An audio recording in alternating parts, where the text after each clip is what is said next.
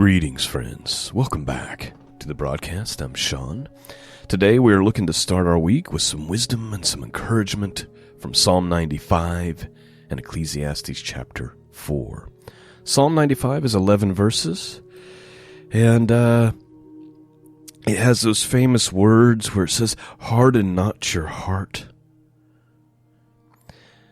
And the interesting thing, or the exciting thing, is that today's commentary, while I will read a paragraph from Matthew Henry, it's not the focal point of the commentary for today for Psalm 95. It's actually Hebrews chapter 3, which is a commentary on Psalm 95, which I always enjoy when there's a chapter or a chunk of verses in one of the epistles or from the words of, or from the mouth of Jesus, where they're commentating on Old Testament scripture, as an example. So we're going to read Psalm 95, Hebrews chapter 3, and then we'll get to Ecclesiastes chapter 4.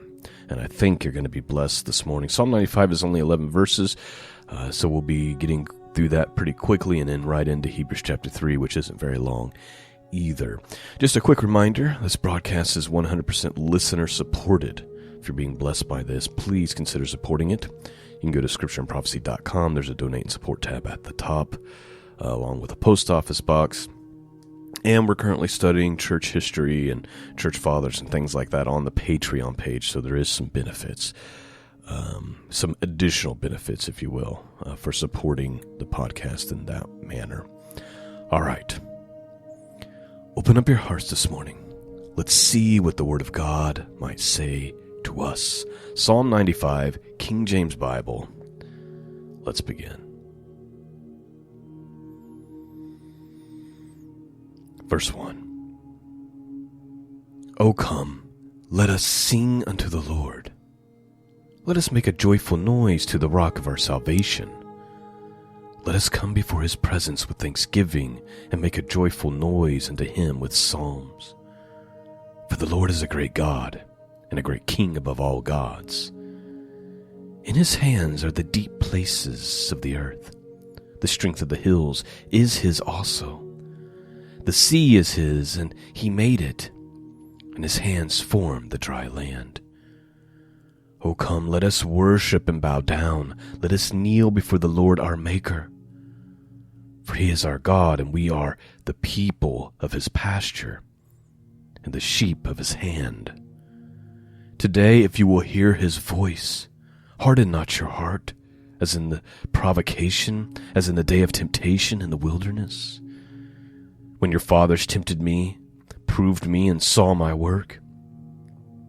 40 years long was I grieved with this generation, and said, It is a people that do err in their heart, and they have not known my ways, unto whom I swear in my wrath that they should not enter into my rest.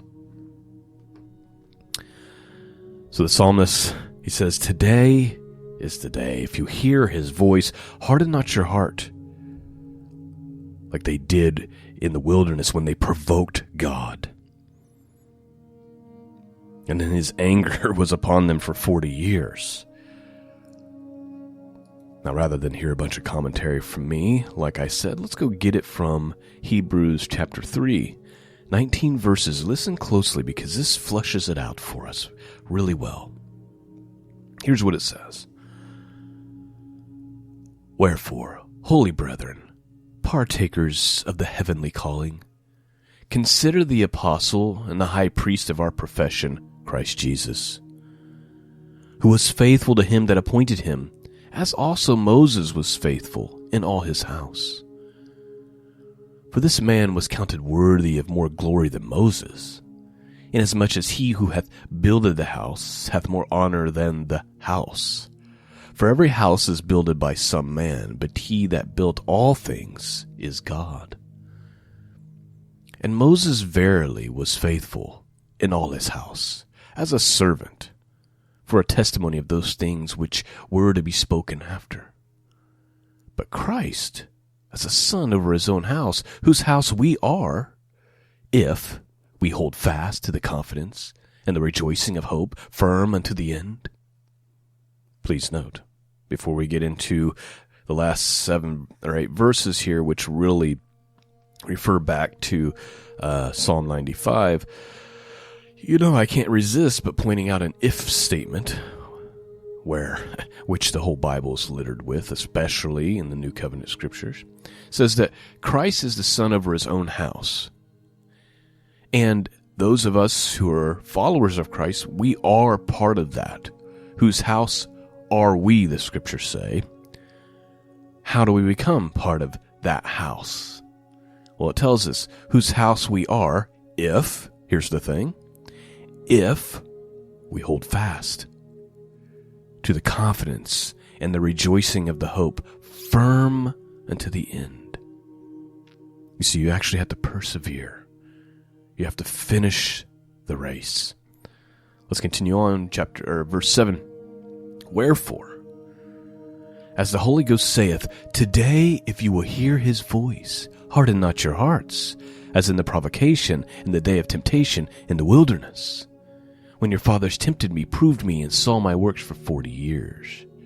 Wherefore I was grieved with that generation, and said, they do always err in their heart, and they have not known my ways.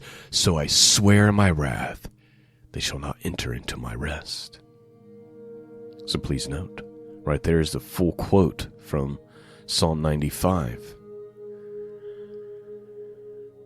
A few more verses here as part of Hebrews chapter 3. Take heed, brethren, lest there be in any of you an evil heart of unbelief in departing from the living God. But exhort one another daily while it is called today, lest any of you be hardened through the deceitfulness of sin. Please note, this hardened heartness that we're being warned against from Psalm 95, and then again here in Hebrews chapter 3. Where does this hardness come from? It comes from the deceitfulness of sin. 4, verse 14, if we are made partakers of Christ, if we hold the beginning of our confidence steadfast unto the end, well, it is said, today if you hear his voice, harden not your hearts, as in the provocation. For some, when they had heard, did provoke. Howbeit, not all that came out of Egypt by Moses. But with whom he was grieved 40 years, was it not with them that had sinned, whose carcasses fell in the wilderness? And to whom sware he that they should not enter into his rest, but to them that believed not?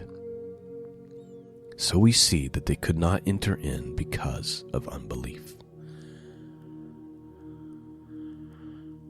So the writer of Hebrews is saying, look, sin leads to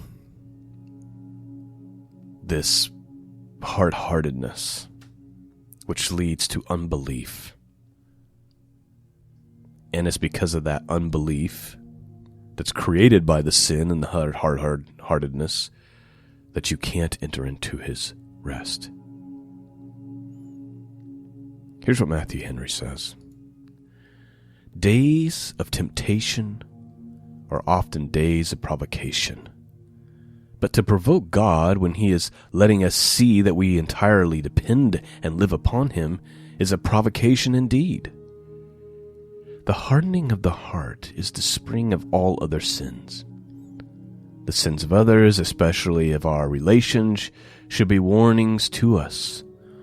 All sin, especially sin committed by God's professing, privileged people, not only provokes God, but it grieves him.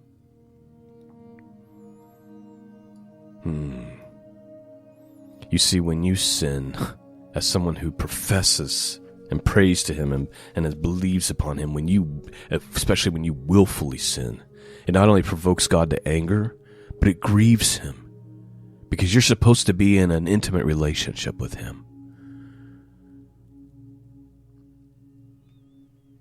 It's like if you betray your own spouse.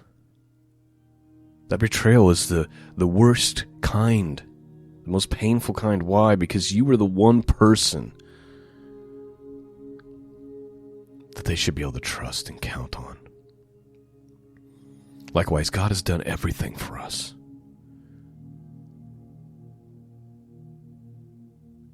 And yet, we harden our hearts and we spit in His face so that we can seek after pleasure. Sin is very serious, my friends. All right. Let's go check out Ecclesiastes chapter 4. The iniquities of life. 16 verses. Let's begin.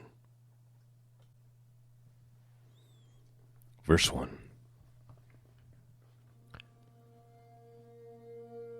So I returned and considered all the oppressions that are done under the sun. And behold, the tears of such as were oppressed, and they had no comforter. And on the side of their oppressors there was power, but they had no comforter. Wherefore I praise the dead which are already dead more than the living which are yet alive. Yea, better is he than both they, which hath not yet been, who hath not seen the evil work that is done under the sun.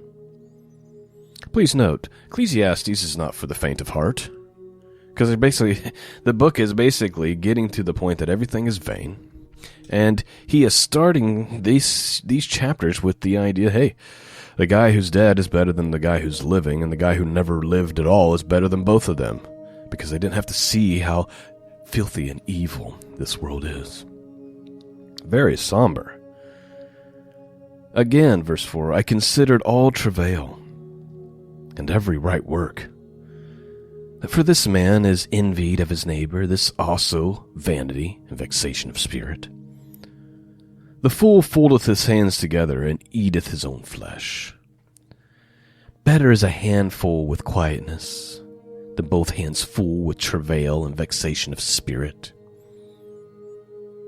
Then I returned and saw vanity under the sun.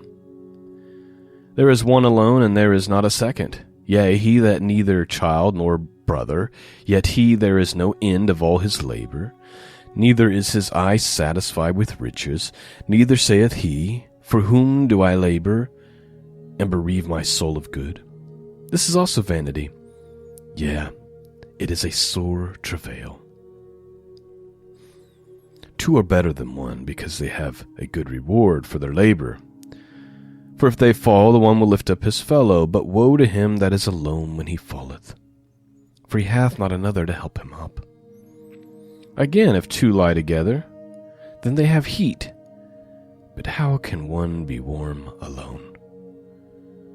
And if one prevail against him, two shall withstand him.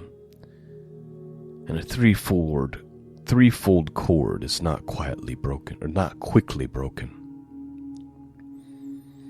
Better is a poor and a wise child than an old foolish king, who will no more be admonished. For out of prison he cometh to reign, whereas also he that is born in his kingdom becometh poor.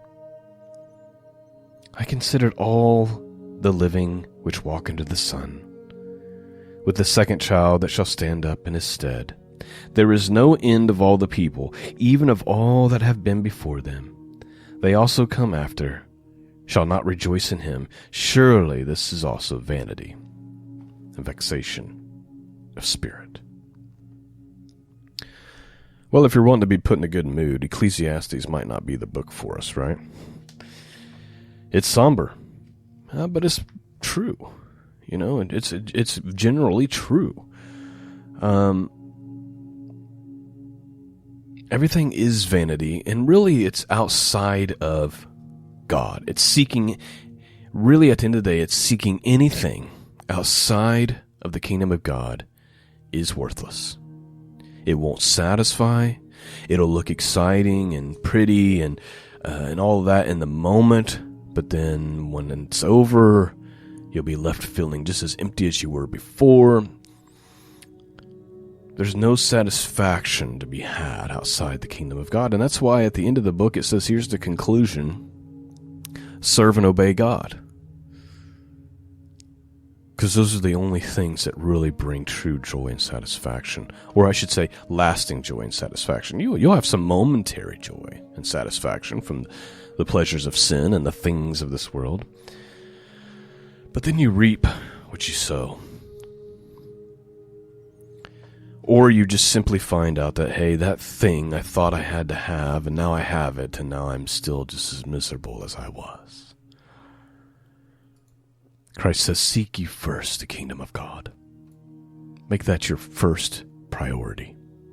And all the other things, they'll kind of take care of themselves. I pray you've been blessed this morning. Thank you for listening. Thank you for praying for me. You know I need it desperately.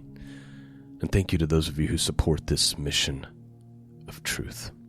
Peace and grace be with all of you. And until next time, God bless.